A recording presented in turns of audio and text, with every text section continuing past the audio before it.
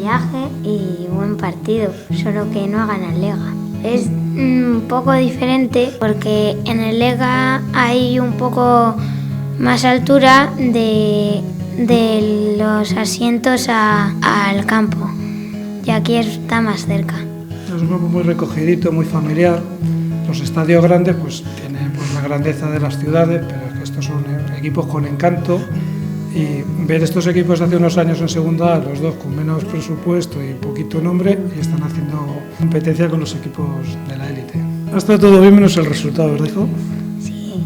Ha sido bonito, es una experiencia bonita, la iniciativa bastante buena. Yo creo que esto une los pueblos, une aficiones, y que las peñas pues hermanes, y hacemos noche. Seguramente vayamos a Bilbao a recordar tiempos mozos de Mili, que tengo un compañero. Y dentro de 10 años seguramente esté aquí jugando un partido.